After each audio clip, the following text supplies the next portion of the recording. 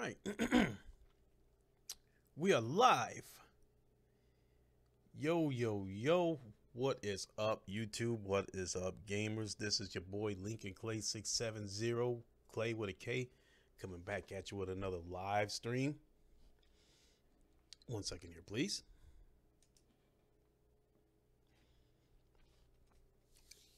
Uh, Now, if you would, please smash that like button.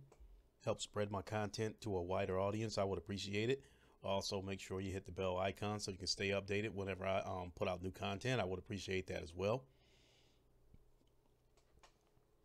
Boy, it's been a busy day. I don't really care for streaming this late. I mean, because this is my time to unwind and do whatever I'm gonna do, before I call it a night. But it's been a really busy day. Um, you know, Busy day at work. Little bit of good news at work. They want to move me around and train me to do different jobs, and then people was telling me that like the more jobs you know how to do, the better your chances for a higher pay rate.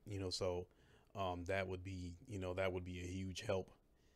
So knowing that, it was a pretty decent day at work. And then had some other loose ends I had to tie up. Um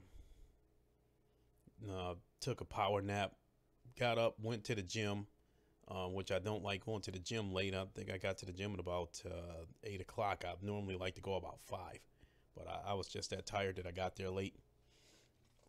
But I put in a good workout despite the discomfort in my shoulder. I put in a pretty good workout. So I guess, real quick, and give you a little bit of tidbit for those who want to work out, um, bulk up, and stuff like that. As you know, you got to eat. You got to take in a lot of calories if you want to bulk up. Um, but I would probably say the two most important parts of the diet um, would probably be protein and carbs. Now, carbs is, oof, you got to be careful with carbs because you will get bigger, but there's a fine line because if you eat carbs, you're gonna get fat. But you still gotta take in protein, to help build the muscle, to help you get stronger. And I was told before that you got to take in like 3,500 calories a day, um, to put on weight. And I said that before. That is a tall order if you do it with clean food because you would have to eat more of it. Um, and I was also told that with protein, um, that for every pound you weigh, you have to take in a gram and a half of protein a day, in order to build muscle. And currently I weigh about 210 pounds. You know, give or take a few pounds. Depends on, how much water I drink and stuff like that. So, it's usually about a 2 pound window. So, about 210. So, um, so that means I'm supposed to take in,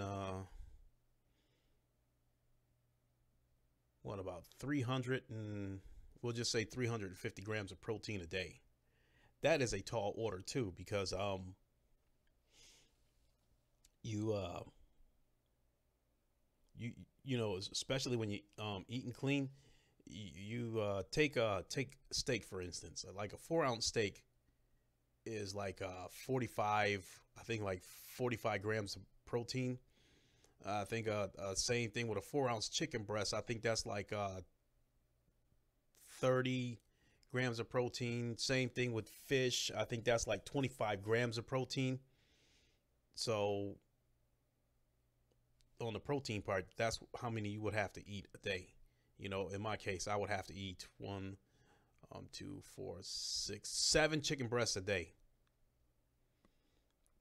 There's no way I can do that with the busy lifestyle that I lead. Um,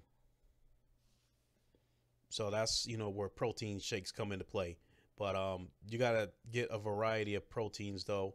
Um, you got to get your beef proteins. You got to get your proteins from like nuts. Um, you got to get your proteins from eggs. So you got to get a variety of proteins. You just can't take one protein source.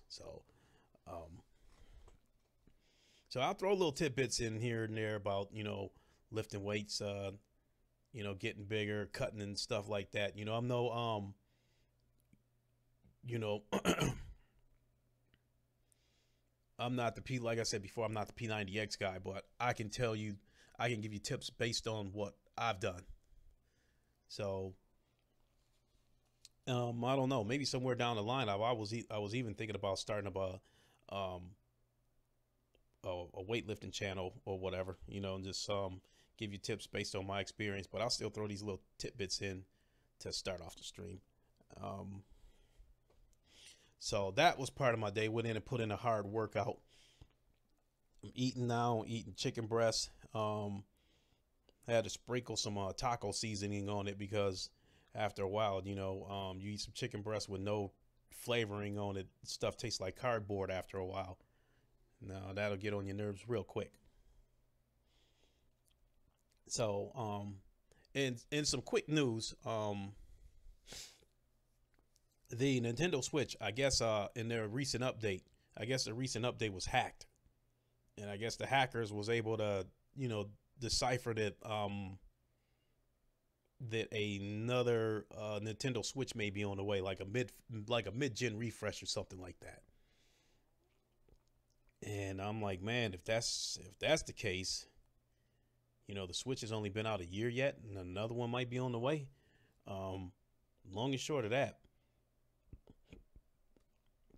if a new, mid-gen refresh were to happen this year, I'm led to believe there might be some upset people out there. Maybe parents too who spent $600 buying both of their kids their own Switch.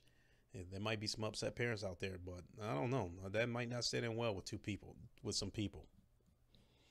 I mean, listen how people hollering right now about if a new Xbox comes out in 2019. The Xbox One X owners are going to be pretty heated that they didn't get, use out of their console. So that's one tidbit of news. So before I started up my live stream, I was listening to Porter Rock's 60 frames no lag podcast, and it's got some guests over there. Zaire, Craig Harris, Kratos, Randall Thor. I had a pretty good podcast going on, and once I get through with my own live stream, I'll go back and finish watching that. And with that being said, with me, broadcasting pretty late, I'd imagine most of you that's going to watch it will probably catch it on a replay. If you happen to listen to it while you're at work, cool. I really appreciate it. And so E3 coming up, like this talk has started up again. And reason why, a lot of the E3 talk with Microsoft is going in one ear and out the other. Everybody, I don't know, the beliefs and predictions of Microsoft's E3 is one extreme to the other.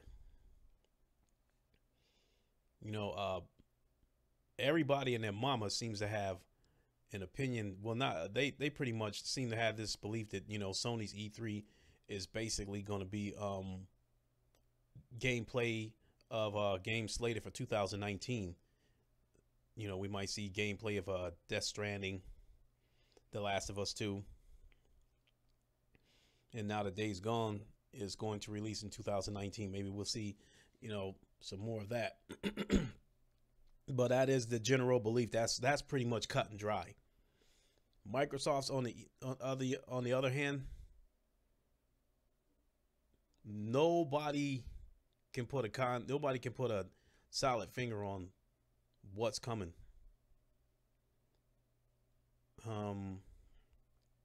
But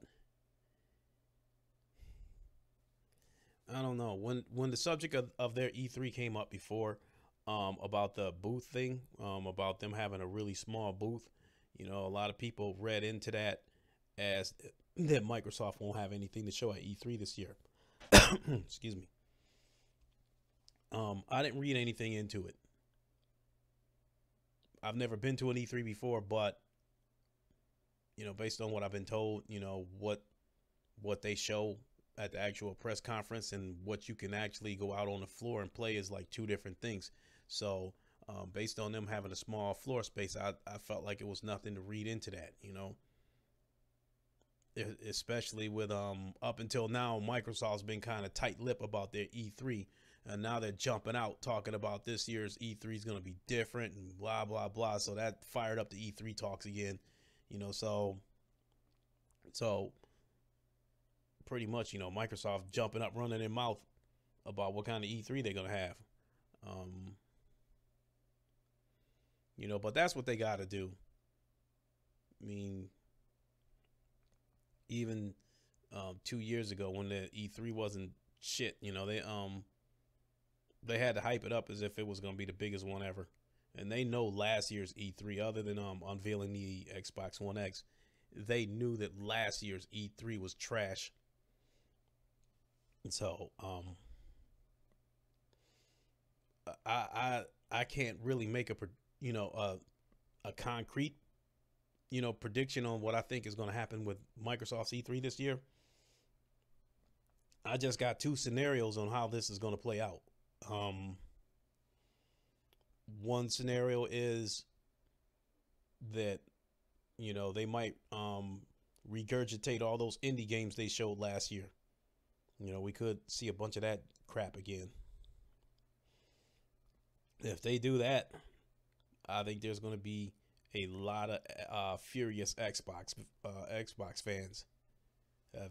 Some of them have already been pretty loud and letting them know that they don't want to see that stuff again. They don't want to see another E3 filled with Super Lucky's Tale type stuff. Which I made a joke with my son and called Super Lucky's Tale Super Lucky's trash. There's some jokes out there for some of these games. Stink of Decay, Shit of Decay, Crackhead 3. Some funny jokes going around about some of those exclusives. So again, that's one of the scenarios I believe they could play out, is that, like I said, we could see a rinse and repeat of all these indie games that they showed last year. The other scenario, no matter how this plays out, I will call Microsoft out one way or the other.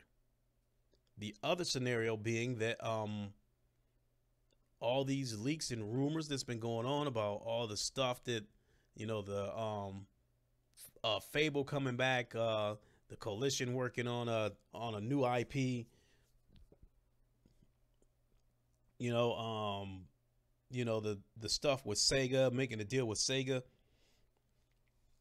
If they have trailers ready to go, which I don't know, I just don't know if they'll have trailers ready to go for this stuff. If they have trailers ready to go for all the stuff, regarding all the rumors and leaks that's been going on the past few months, if they have trailers for those upcoming games, I'm willing to bet that those games are still two years out at least. So Microsoft probably will not put a date on these trailers, which I might note that the fanboys called Sony out for that, for their E3s. It's like, Sony dropped all those bombs with God of War and Spider-Man and whatnot, and the Xbox fanboys fired back by saying, but they don't have release dates. They always release stuff 2-3 years out, so I think that's the other possibility that's going to happen, is that they're going to release something that's 2-3 years out. And not release something. They're going to show trailers for stuff that's 2-3 years out. and it's going to be interesting to see what the reaction of the fanboys will be. I already know how the media is going to act. The fanboys seem to think the world is against them, but that's on the other. That's on the contrary, because I think the media is on Microsoft's side, especially the American media. So that will be interesting to see how they react. But if they, like I said, if they do that, I'll call them out. Not so much Microsoft, but I'll definitely call out the fanboys because they've criticized Sony for that.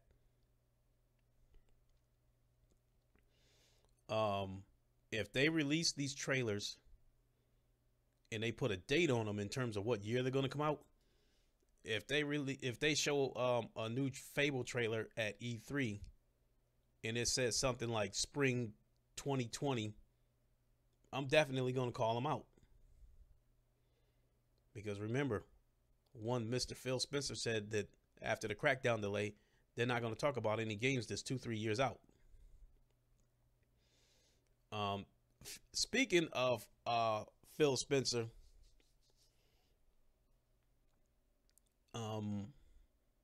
I think, in talking with King Thrash, he thinks that Phil Spencer won't be there. He thinks that Spencer's will be noticeably absent from E3 and leave it to Mr. Booty to run the E3, which he will in turn take the heat too if it's a shitty E3. I do think Phil Spencer will be there. I think he's going to open the show and then we won't see him anymore. I think he's going to open the show and then Booty's going to take over. So when we see those trailers that says spring 2020 or holiday 2021, we won't, technically we won't be able to blame Phil because he wasn't on the stage saying it. But he's the Xbox boss. So, in my opinion, he controls, his flunkies underneath him. He controls what they say. So as far as I'm concerned, if I see a Fable trailer that says fall 2021, I'm calling Phil out on that. Because you turn around and went back on what you said, that you're not going to talk about games that's 2-3 years out. So now so let's get to the topic, which it'll really be really short, but the main topic of this podcast is how will the media and how will the fanboys damage control a bad Microsoft E3? Will they pull another wait till next year? Will they pull another let's wait till Gamescom? Or that crackhead shit they said before, Tokyo Game Show? So, from Microsoft's standpoint, if they have a bad E3, naturally they're going to lie about it. It's just the business. They're going to have to act like it was the best E3 ever. And even if they don't show shit, they're going to say that they have the best lineup, the best gaming lineup of 2018, 2019, whatever you want to call it. So they don't, naturally they're going to do that shit. That's already a given. I think the American media is going to be right alongside them saying the same things, that Microsoft had a great E3. Microsoft has the best lineup of games. I mean, even today, I went to N4G and I saw an article talking about how Sea of Thieves can sail past Sony's exclusives. You have got to be kidding me. How in the hell can one cartoony ass multiplayer game that does not appear to have a campaign beat out 30, 40, 50 PlayStation exclusives? They have got to be nuts.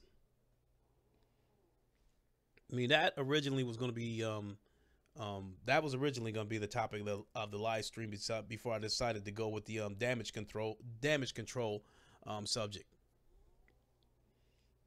So, like I said, we know that Microsoft and the media is going to act like they had a wonderful E3, and they're going to act like they have the best lineup of games, for 2018, 2019. But I am curious how the fanboys will react. Will they damage control for Microsoft? Will they make excuses for them? And like I said, will they wait? Will they say wait till E3, wait till Gamescom, wait till Paris Game Show? Or will they call Microsoft out and say I'm done with them?